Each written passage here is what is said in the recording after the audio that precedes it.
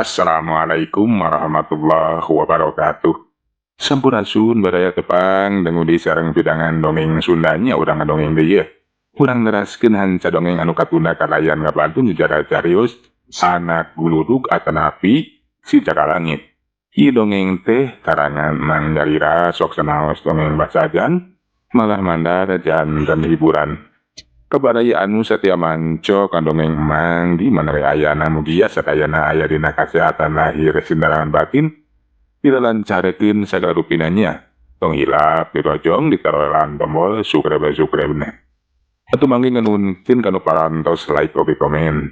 Mangga mitra supados janggolong ting kana waktos urang sami-sami dangukeun deui kumaha teras teh carita anak guludug sok paparayun sadayana.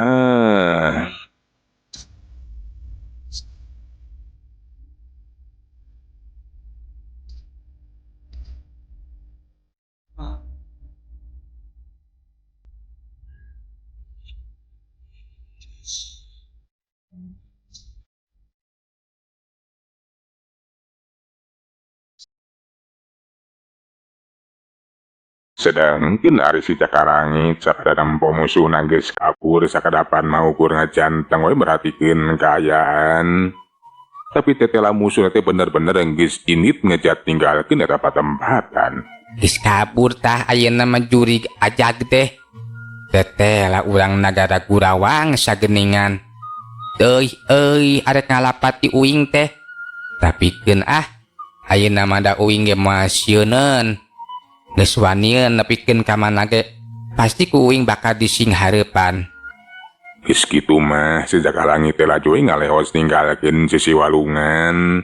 Kebat lempang ngajugjug ka puncak gunung Karangkembang. Teu kacaturkeun di jalanan geus tepi we kanu dituju.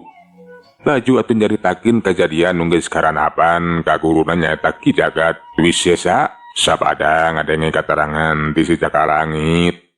Paingan atuh cenah si Jaka teh manik kabal ngalauk teh daeta meureun kudu tarung heula nyang hareupan urang nagara siluman Gurawangsa. Aingan atuh maneh teh sujang. Mani lila ngalauk sakitu oge. Dagani nyang hareupan siluman ajat. Nya laki bet aya we halangan harungan teh. Da eta urang nagara Gurawangsa teh teu euy masih terus hayang ngalapati uing. Tapi uing ayeuna mah moal sieun lah aki. Najan kudu nyang hareupan rajana oge bakal dising hareupan. Nya syukur ari teu neungludeung mah. Nya kudu kitu ulah sieun satungtung urang nincak dina jalan anu lempeng. Nincak dina jalan anu bener. Ulah sieun najan nyang hareupan sing sawae oge. Nu penting mah urang teh salawasna eling kanu ngusik malikeun urang nyaeta Pangeran nu Maha Kawasa Gusti nu Maha Suci Allah Azza wa Jalla. Mohonlah aki uing moal arek sieuneun najan yang hareupan saha wae oge. Nu penting mah dina jalan anu bener. Dasat uing mah kapan ngabela diri. Benar satungtung urang tina ngabela diri mah. Najan nepikeun ka mana wae ge ulah sieun jang. Anu ulah teh lamun eta pangabisa dipake dina jalan anu salah, pangaweruh dipake dina jalan anu kiru. Tapi lamun dipake dina jalan anu lempeng mah, dina jalan anu memang diridoan ku Pangeran, pikeun tulung tinulungan ka sasama. Maslahat manfaat eta mah. Najan kudu ngetrukeun sakabeh pangarti jeung pangabisa tayapayan ngan bae pepeujeuh hiji ulah arek sombong adigung-adiguna asa aing pangjagon asa aing uyah kitu jeung dekat lamun musuh geus teu walakaya ulah arek ditandasa. Nyalah aki naon rupa nu di amanatkeun ku aki uing pasti bakal digugu. Uing mah arek nurut we ka aki. Nya deh lamun kitu mah maneh deh kudu nurut kanu jadi guru, kudu nurut kanu jadi indung jeung bapak. Lantaran hari kolot mah moal arek ngajurumuskeun kanu jadi anak. Guru oge moal arek nusrukeun. Geus ayeuna mah ka itu. Geura beuleum eta lauk teh. Ih, gua kitu geus lapar. Urang dahar we, Jang. Nuhun mangga Aki antosan sakedap. Da moal lami lah. Cek si Jaka Langit kitu na teh laju we ngasakan eta lauk. Ngan bae mata kaneh lain dibeuleum make seuneu, tapi make kakuatanana we. Kakuatan guludug anu sumanding dina dirina teh dipuseurkeun kana kadua dampa leungeunna. Lauk teh dicekel ku leungeun kenca jeung katuna jorojos bating jorojos. Hawa panas nyaliara ngasakeun eta lauk. Dina waktu nungan sakedeung, lauk teh geus asak. Ieu lauk teh tos asak I. Mangga geura tuang. Hihihihi. Bener gancang geningan maneh teh pintar. Sugan teh lauk teh arek dibeuleum we make seuneu, sing horeng make kakuatan. Nya kapan cek Aki ge kudu ngagunakeun ieu kakuatan teh anu manfaat. Bieu uing dipake kapanan daripada kudu nyendurukan, meuleum mah lila. Pandek ieu mah make kelmuna, make kakuatan uing. Gancang asakna Ki. Sok urang mamheula Ki. Nya ayu Jang. Urang dahar heula. Geus kitu mah duhanna teh laju we atuh dahar. Dahar jeung beuleuum lauk maningalimet. Cag tunda ngeunaan si Jaka Langit. Ayeuna mah urang ngacaturkeun deui Ki Caglapatih ti nagara Gurawangsa. Sapada manehna teh kawon ku si Jaka Langit laju kebat mulang ka nagarana. Laporan we kanu jadi rajana nyaeta Ki Ajrag. Ki Ajrag basa mireungeuh leungeun katuhuna si Jagla nepikeun ka buntung teh atuh mani colohok kaget. Boa-boa cenah patina teh ngaranapan cilaka. Hanteu mampu pikeun ngabinasakeun si Jaka Langit. Ai Jagla. Na kunaon eta leungeun sia teh nepikeun ka buntung Boa-boa sia teh cilaka. Teu mampu bikin ngabinasakeun si Jaka Langit. Ampun Gusti leres pisan ieu teh gara-gara si Jaka Langit. Isim abdi dugi ka kalengitan panangan. Eta walak teh tetela sakti mandraguna. Nya sadaya daya. Kurang ajar. Lamun kitu mah eta budak teh jadi leuwih sakti. Pasti ieu teh teu leupas di si Jagat Wisesa. Lamun kitu mah urang teu bisa gagabah heuy padi. Mulangkeun ka si Jaka Langit teh kiwari mah hanteu gampang. Hanteu bisa sambarangan. Lamun urang magzakeun bisa cilaka. Leres pisan Gusti. Panuhun we Gusti ulah bade gagabah. Panginten urang teh kedah milarian cara anu langkung lantip. Dina enggoning ngawujudekeun cita-cita. Bener euy pati. Ngaing kudu neangan cara anu hadeh. Neangan cara anu citu. Moal bisa sagawaya lamun kieu mah. Lantaran kudu bisa mapakan kasaktianana. Terus terang ngaing oge cantang tu mampu pikeun ngabinasakeunana. Eueuh cara sejen. Ngaing guru nyieun kakuatan anu mampu pikeun ngimbangan kakuatan eta si Jaka Langit. Leres pisan Gusti nyanggakeun sadaya daya. Kukitu ngaing teh meureun kudu neangan deui manusia anu payus jeung pantes dijadikeun pamajikan ngaing. Ngaing kudu nurunkeun deui anak boga katurunan ti bangsa manusia. Anu kena bakal boga kakuatan anu rongkah nu bakal mampu bikin ngojoran si Jaka Langit. Tah kitu pati.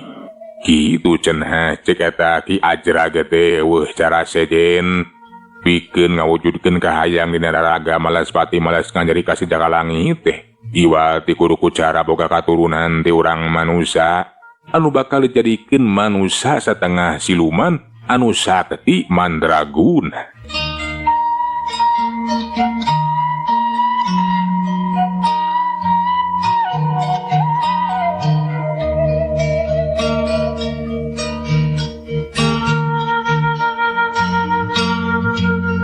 Laju we atuh Ki Ajag teh marentah ka Ki Janak.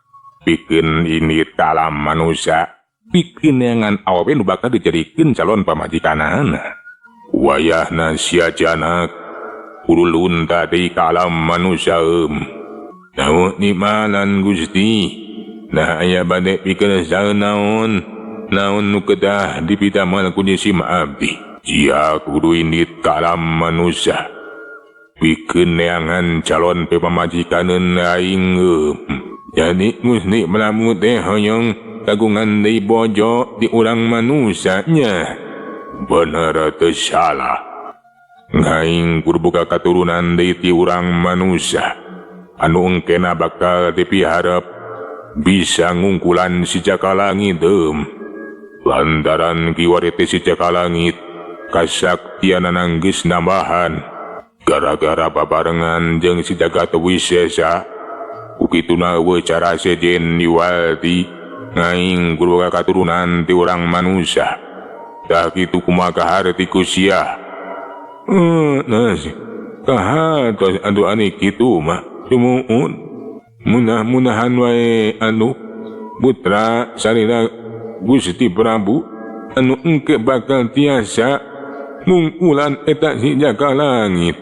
Ukituna jika indit cung geura lumampah geura teangan awewe picaloneun pamajikan ngaing ngan kudu luyut jeung nu pikahayang ku ngaing Ngaing geus menang pituduh ngeunaan eta awewe nyaeta anu boga tanda khusus tina awakna.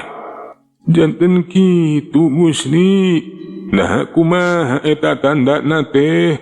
Muun urang manusia anu gaduh tanda kumaha? Awewe ti urang manusia anu dina bitisna teh aya tanda lahir warna hideung meles. Jeung deui eta awewe teh boga kaahengan, boga kaanehan, beda jeung awewe urang manusia anu sejena. Dah gitu jana. Nuhun Gusti. Jangan itu mah jisim abdi teh kedah milarian atuh. Pun kitu deui henteu tiasa rurusuhan. Nyaem moal bisa rurusuhan. Tapi kumaha bae carana? Eta awewe urang manusia teh kudu kapanggih, kudu kabawa. Mangga Gusti dawuh timanan. Ayeuna jisim abdi bade lunta ka alam manusia. Eta awewe anu gaduh tanda dina bitisna teh bade dipilarian we Gusti. Ceuk kijana kelaju undur ti hareupeun Ki Ajrag. Geus kitu mah manehna teh lunta ninggalkeun nagara Kurawangsa. Rek ngambah we cenah ka alam manusia. Pikeun neangan awewe anu boga tanda lahir dina bitisna. Teuing naon maksudna eta Ki Ajrag teh kudu neangan awewe anu boga tanda hideung dina bitisna mana kitu ge meureunnan aya sababna tuluy jeung pituduh supaya manehna boga katurunan anu gagah sakti mandraguna. Caturkeun deui atuh Ki Canak nu kiwaring geus aya di alam manusia. Manehna teh bingung nya kudu ka mana atuh cenah neanganana. Tangaranan teu puguh tujuan. Can nyaho di mana laratanna na eta awewe urang manusia boga tanda hideungna bitisna teh. Bingung ge kieu mah aing teh neanganana. Na kudu ka mana atuh? Na ani teu puguh anu dituju mah, teu puguh anu mukanana. Dan aing teh bakal lila. Leung basa kabeneran kapanggih. Lamun teu kapanggih mah meureun terus we bakal neangan aing teh. Nya aya kieu mah kudu ditarekahan. Aing kudu nganyahoankeun di mana-mana enda amewe anu boga tanda hideung dina bitisna. Kitu cenah ceuk eta Ki Canak teh manarek-nareka we. Geus kitu mah Ki Canak teh meh lunta neangan eta awewe teh laju we deket tapa. Sugan jeung sugan we cenah meunang pituduh. Kudu ka mananya ngalengkah, kudu ka mananya anu dituju. Basa Ki Canak keur tapa teh salah sahiji leuweung. Kayaan sapudereun leuweung teh atuh mata ka aneh. Da eta we hawa panas mane nyongkap perbawa watek bangsa siluman nu ngambah di alam manusia. Lembur anu teu jauh ti eta leuweung ge bisa ngarasakeun eta kaanehan. Nah cenah unggal poe unggal peuting teh hawa teh mani panas-panas teuing, malahan mah nu keur di kebon jeung di sawah ge mane kaget. tatangkalan ngadak gararing. Estuni ngata kajayaan teh henteu wajar. Kecapkeun pangeussi eta lembur teh keur ngobrol jeung batur salamurna. Nah aya naon atunya matak aneh. Hawa meni panas tepikeun ka tatangkalan kabeh garing. Sok padahal kamari teh kapan teu lagi aya hujan. Tapi tetep we najan hujan oge. Hawa panas mah teu leungit. Ya kejadian teh wajar ieu mah. Kudu ditaluntik ya. Kudu ditanyakeun kanu bisa. Nya aya naon kitu kejadian nu sabenerna ya. Pasti aya sabab musababna. Benar ya urang kudu narareka ya kaya kieu mah ya. Urang tatanya we kanu bisa. Bisi aya hubungan jeung urusan pergaiban kaya kieu mah ya. Lantaran tak asup akal atuh. Pokona mah teu kaharti we. Nya bener pisan urang teh kuduna tatanya kanu bisa kaya kieu mah. Kanu ahli kana pergaiban. Bisi-bisi ieu kejadian teh aya hubunganna jeung nya bangsa lalamat lelembut lantaran ari abah mah nya kamari teh pas atas mariksa kebon anu deket ka pileuweungan bet bisa ngarasakeun aya kaanehan. Aneh kumaha bah? Nya hawa panas anu nyongkap detetela datangna ti leuweung. Jadi jelas eta leuweung teh marupakeun sumberna. Kangaranan leuweung atuh. Jadi panonoban bangsa siluman selemin. Jadi hawa panas teh datang ti jero leuweung atuh kitu mah nya. Bener pisan teu salah. Alah lamun kitu mah nya bisa jadi aya hubungna jeung makhluk gaib ya anu ngageugeuh di eta leuweung. Nya kudu sagancangna narekah ieu mah bah. Ngan kasaha ya kira-kirana urang nguntang tulung minang saraya. Kapan di lembur urang mah jalma nu bisa ye. Urang kudu neang ka lembur sajen. Nya lebah dieu abah oge teu nyaho. Nah saha kira-kirana nu bisa dipercaya, bisa dipuntangan tulung. Lamun teu lepat mah di lembur caruban teh aya Raji Sakti. Lian ti sok marajian. Nya boga kasaktian we sok ngubaran. Sok namaan anu gararing. Anu kena ku gangguan bangsa lalamat lembut. Saha eta mah paraji teh mang? Mun teu salah mah ngaranna teh Maindeung. Nya atuh ari eta Maindeung bisa dipercaya mah. Teh salahna urang teh angka itu mang. Urang Minang Saraya we. Mudah-mudahan eta mah paraji teh bisa ngabantu ngarengsikeun pangusahaan di lembur urang. Nya ayeuna kira tuh. Urang ka itu. Udah diinggekeun deui ayeuna we ayo beung acan beurang ye. Nya bener jikeun ayeuna we keur kaitu tepungan eta Maindeung. Nya aya tuh dana. Urang ka itu urang teang eta Maindeung. Cik Mang Dali harita satuju lamun poe eta keneh harek laju we cenah nepungan eta mah paraji. Atuh singkatna carita duanana teh geus runtah. Ngajugjug lembur caru penuh rada anggang ti lembur eta mah. Teu kacaturkeun di jalana geus tepi kanu dituju. Malahan Mang Dali jeung Mang Dana teh keur nyaritakeun maksud jeung tujuanana. Tah janten kitu mak. Maksar ka dieu teh bade Minang Saraya we ka mak. Kanggo ngareksekeun pasualan di lembur di sim abdi. Aneh kapanan. Kayaan teh teu kahartos ku akal. Allah, kitu kotan teh sugan teh aya anu rek ngalahir kena tawang ngajuru.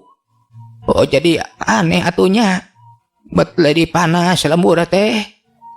Laras mah panas teh panas pisan malihan mah aneh. Hujan-hujan tapi tetangkalan mah gararing. Hawa teh tetep panas pugu ge. Ngan bae ai sabur bah kanta mah eta sumber panas teh ti jero leuweung mah. Jadi eta hawa panas teh datang nanti jero leuweungnya. Laras anak itu mah atuh aneh. Pasti nu jadi sababna teh ti jero eta leuweung. Ngan bae aya hubunganna jeung makhluk gaib jigana mah. Tapi kenah aya sababna. Bisi we urang lembur aya nu geus nyieun kasalahan. Dararaosan mah teu aya nu kungsi. Nanaon atuh ka eta leuweung teh? Da pugu ti kapungkur ge kasebatkeun leuweung sanget. Urang lembur teh aya nu wantun ngulampreng ka dinya mah. Nya ari kitu mah kudu diteang we meureun ka eta leuweung. Keun mah sanggup pikeun ngabantu da geus puguh geus jadi kawajiban mah. Ayo atuh ayeuna mah urang ka itu. Urang pariksa we ka eta leuweung. Ya nuhun we mak. Pami mah sanggem ngabantos. Mugi awe atuh kumaha kauninga. Sababna oge tiasa ngarengsekeun pasoalan. Nya mudah-mudahan we hayu ujang. Urang indit. Nya mangga mangan bae ayeuna mah waktosna seep. Mitra waktosna parantos teh nya kapannya. Segala urang tuna jejara carita anak ulurug atanapi sejak langit dugi ka dieu. Urang teraskeun dina seri anu salajengna. Manganunkeun tina sadaya pratosanana hapuntenna. Tina sadaya kakiranganna nya mangundur assalamualaikum warahmatullahi wabarakatuh. Cak.